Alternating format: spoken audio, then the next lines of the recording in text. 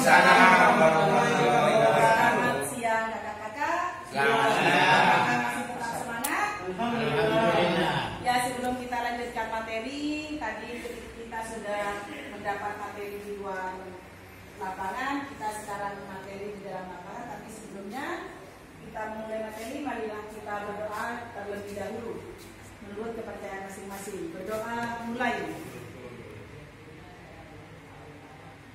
Selesai.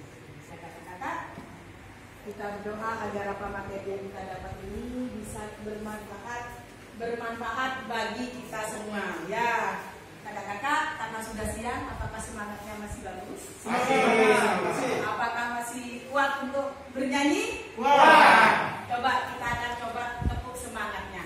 Tepuk semangat.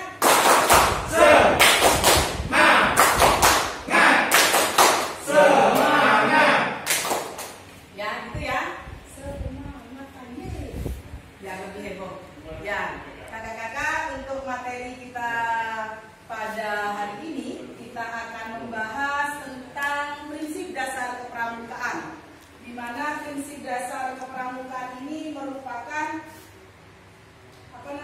merupakan penghayatan nilai-nilai kepramukaan yang harus benar-benar kita kuasai. Ya, lanjut ya. Jadi prinsip dasar kepramukaan ini ada 4. Jadi poin yang pertama ini adalah iman dan takwa kepada Tuhan yang Maha Esa. Apakah ada yang bisa memberikan contoh iman dan takwa kepada Tuhan yang Maha Esa itu seperti apa? Coba. Sholat tepat waktu. Sholat tepat waktu. Pak Komandan. Bersedekah. Nah itu Kak, beribadah tepat waktu. Beribadah tepat waktu. Sudah tadi jawaban. Menyantuni anak yatim. Menyantuni anak yatim. Puasa. Berarti kandungan dari prinsip iman dan takwa kepada Tuhan yang Maha Esa ini artinya apa? Hablum minallah, menjalankan semua apa yang diperintahkan oleh Allah. Apakah juga ini mengandung hablum minannas? Ya. Ya, contohnya Kak Usi. Yatim tadi. Ya, menyantuni anak yatim katanya Kak Budi tadi. Apakah bersedekah juga hubungannya dengan Allah tapi juga dengan manusia? Kalau hubungannya dengan Allah saja mungkin kita cuma mengerjakan ya ibadah yang diwajibkan tadi yang sudah disebutkan oleh kakak-kakak tadi. Terus kakak-kakak, prinsip dasar yang kedua yaitu peduli terhadap bangsa, tanah air, sesama hidup dan alam seisinya.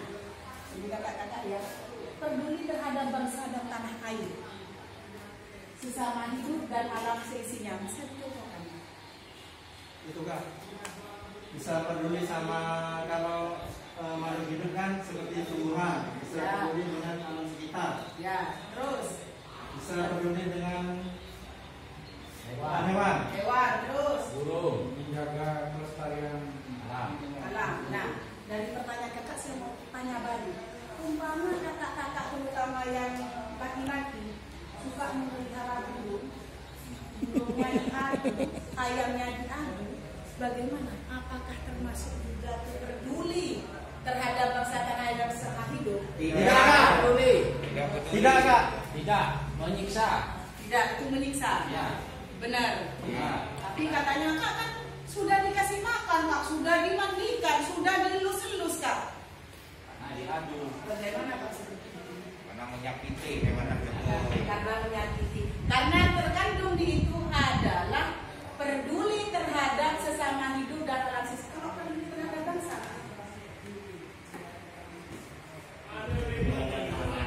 itu menjaga keamanan. Contoh kecilnya Kak Sito. Ya.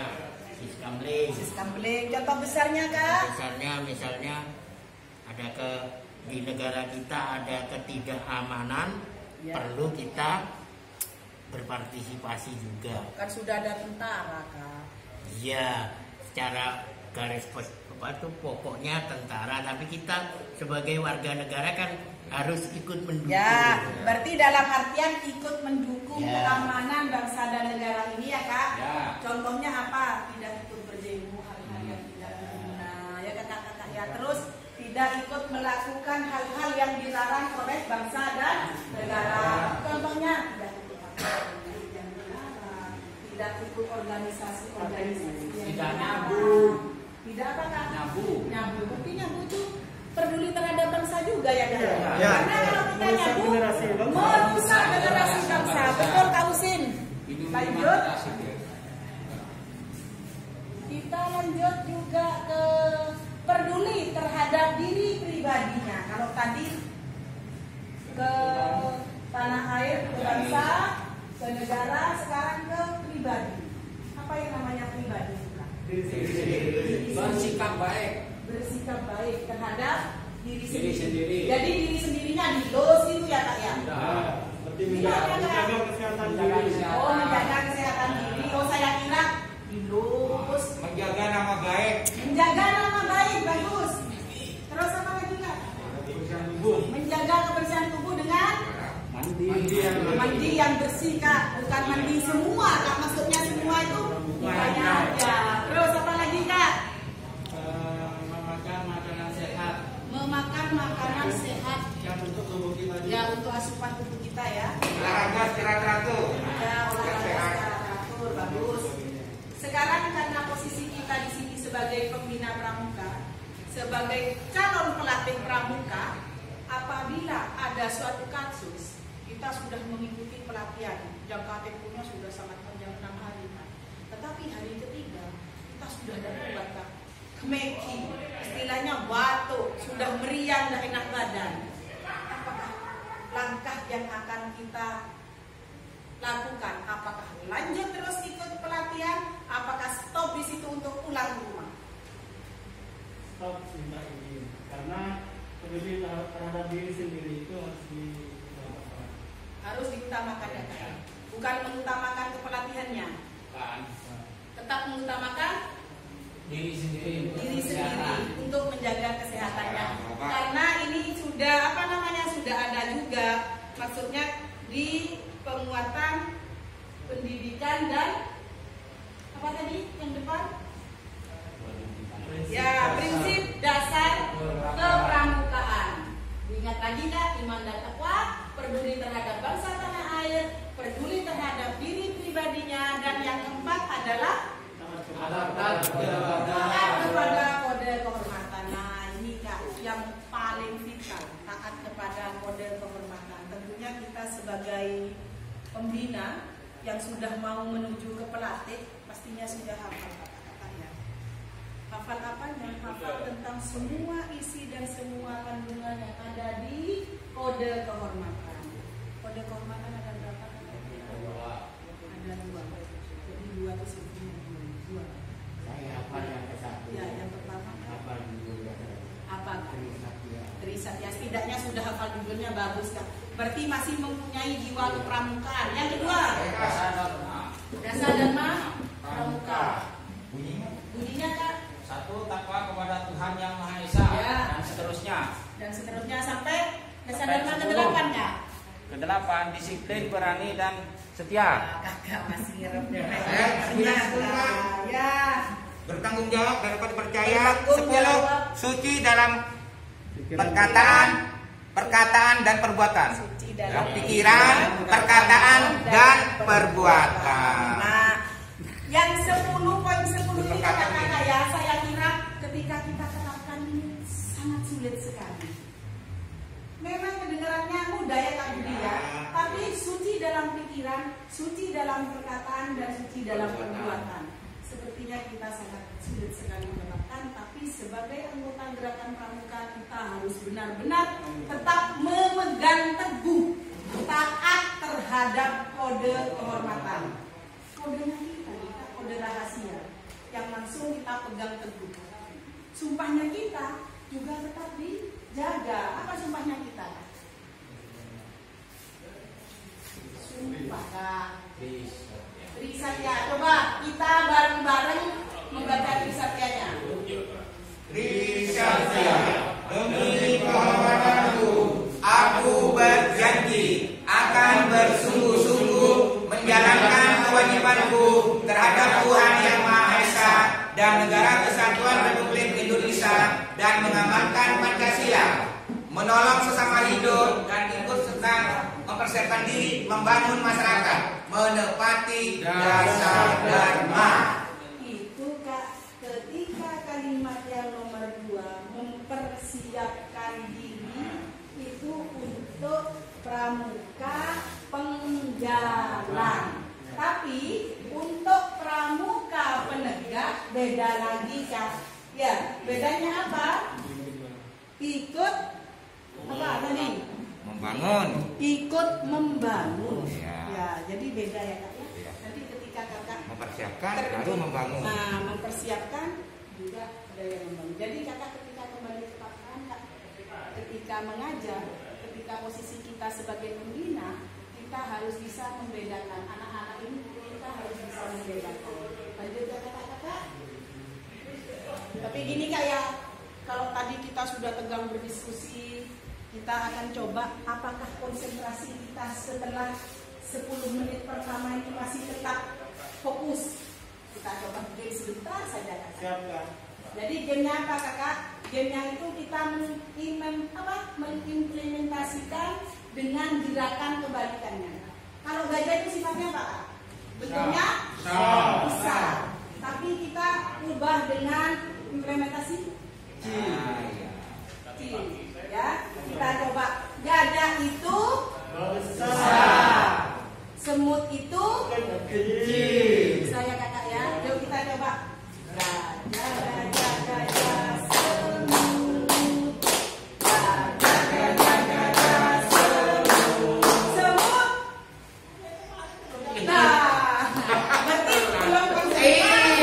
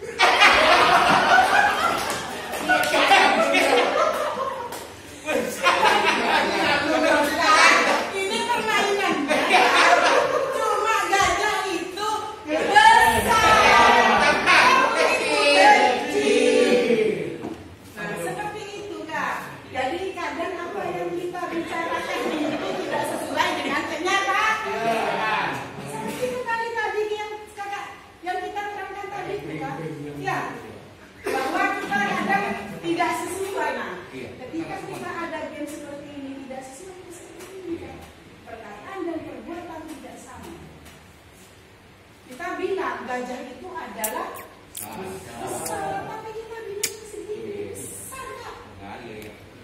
Kebalik, perkataan dan perbuatan tidak sama.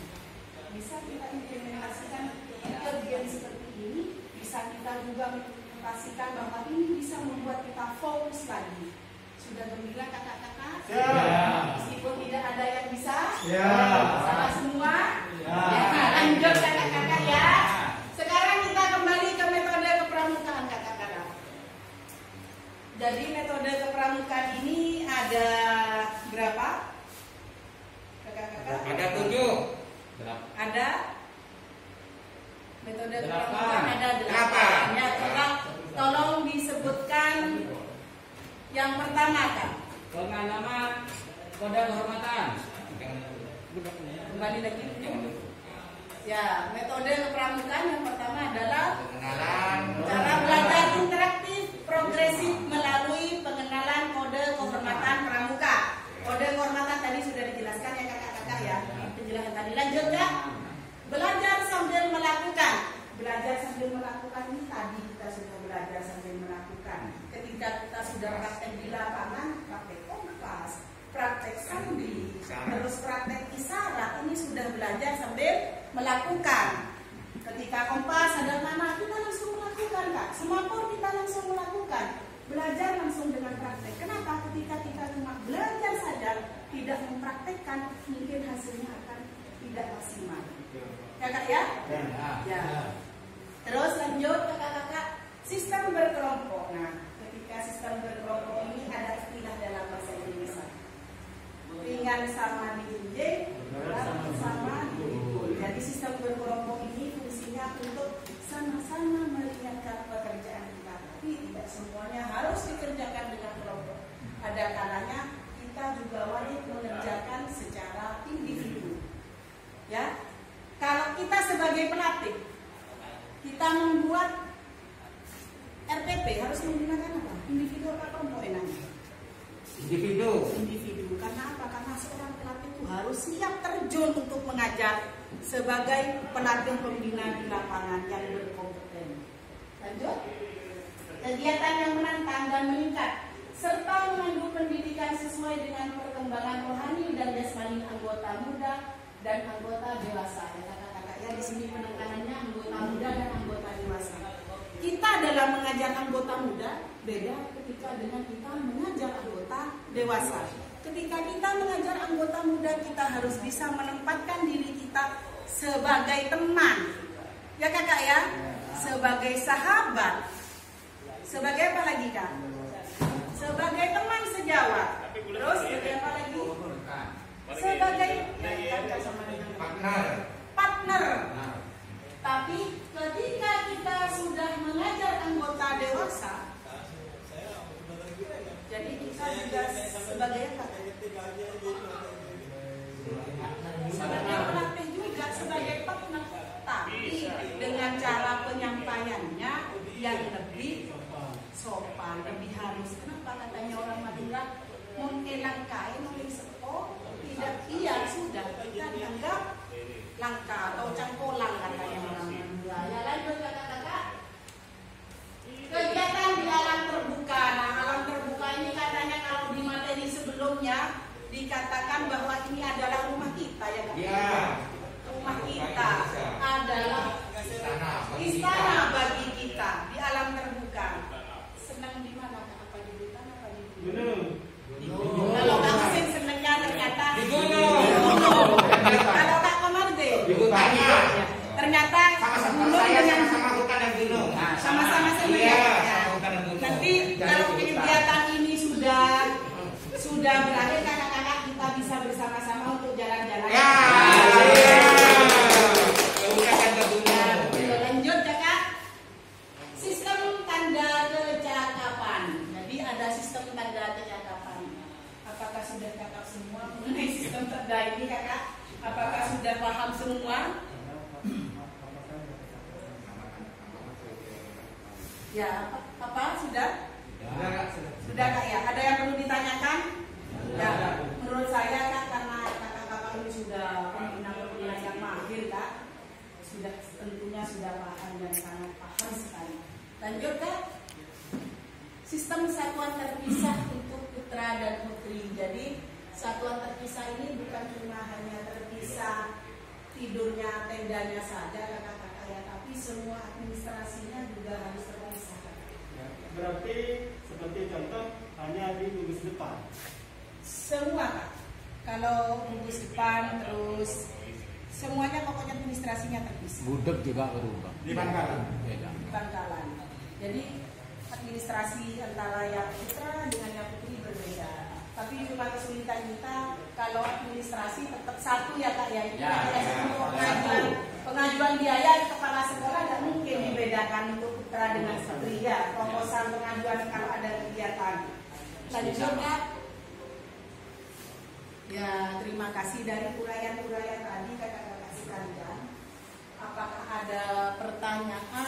yang mau ditanyakan silakan, kita bisa sharing. Jadi kalau kita ini sudah tidak mengajar, tapi kita bisa sharing, bertukar pendapat. Monggo kakak-kakak. Cukup jelas? Bagaimana kakak-kakak? Cukup? Cukup. Ya, tidak ada pertanyaan kakak-kakak. Ya, kalau tidak ada pertanyaan, saya simpulkan kakak-kakak sekalian bahwa kita dalam materi ini harus membina sesuai dengan kemampuan kakak, harus mampu. Kita sebagai anggota pembina itu terus belajar, dan belajar harus membimbing sesuai dengan kode kehormatan yang kita sudah terapkan tadi. Terus kita sekarang sebelum mengakhiri kegiatan kakak-kakak, marilah kita berdoa agar apa yang kita dapat pada diskusi, apa yang kita dapat pada siang hari ini kita bisa bermanfaat dan bisa kita tularkan terhadap pembina-pembina ataupun terhadap anak didik kita. Kita akhiri. Wassalamualaikum warahmatullahi wabarakatuh. Ya, sebelum kita akhiri, mari kita berdoa bersama. Berdoa mulai.